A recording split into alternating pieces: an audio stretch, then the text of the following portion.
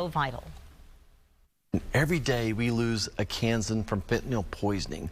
That one pill of fentanyl can kill a person. So as I've heard that story repeat itself over and over again, I said, when the kids are going back to school this year, let's launch a fentanyl awareness campaign. So we're trying to get that message out to every corner of the state. The entire Kansas federal delegation is helping us. We have over 100 organizations across the state, everything from health departments to the KBI, doctors' offices, nurses' office, everyone getting this word out that one pill can kill. A lot of people have been doing that, Senator, on their own here and there. A lot of those. What does it say that everybody got together on this? Federal delegation members, both sides of the aisle involved here, and then all of the partners that you talked about, law enforcement, educational institutions, public, local governments. What does it say that everybody jumped on board when you said, hey, I want to do this? Well, I think that, first of all, fentanyl poisoning is the #1 killer of young adults across America. So this is now impacting every community.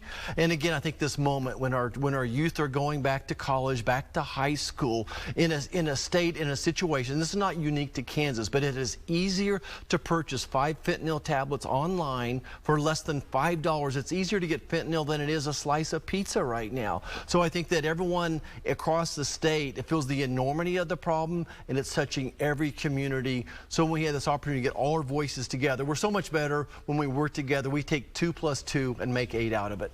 When you mentioned the timing of this, what is it about this back to school time, and particularly if you're looking for students maybe moving to a new building in terms of middle school to high school, and then college students, particularly freshmen, arriving, getting some independence for the first time? Well, Melissa, once upon a time, you and I were going back to school as well, and I don't remember, I don't know if you remember, but when I went back to K-State for that after the end of summer, it was a time of, I'm going to say, experimentation, of being challenged, and as easy as it was for someone like us to get a beer, even though we were underage, it's easier for kids to get fentanyl. The difference is that this one pill can kill. So I think as kids go back to school, I think they're especially vulnerable, and I think that there's also an opportunity for teachers and coaches and parents to kind of seize the moment and say, okay, wait a second. As our kids are going back to school, we want to make sure they're able to finish it. And fentanyl doesn't care who you are, where you are, what your last name is, what your parents do. Nobody's immune from this problem. That ease of access is something that you're attacking beyond this awareness campaign, but also with some legislation. What is the bill, and what is the status of that bill? Yeah, so the Cooper Davis bill is named for a wonderful young man who lost his life to fentanyl. He and his friends ordered 2 fentanyl tablets through Snapchat. Cooper Davis took half of 1 tablet and died.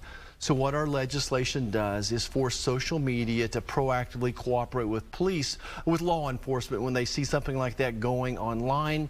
It passed overwhelmingly out of committee. This is a bipartisan bill.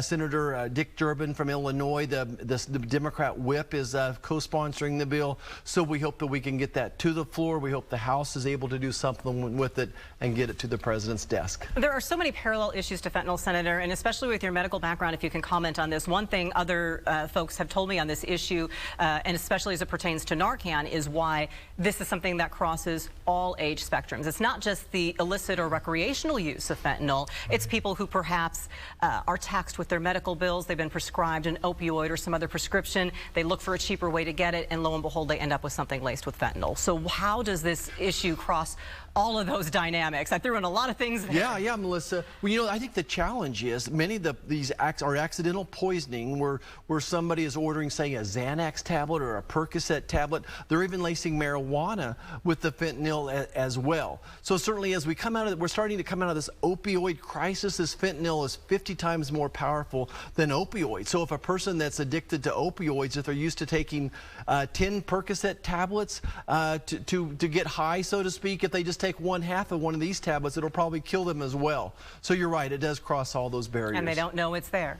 Oftentimes they don't know it's there, that the cartel, unfortunately, is alive and well across the state of Kansas, and they print their own pills. So they print pills that look like Percocet tablets, but for whatever reason, they're lacing them with fentanyl.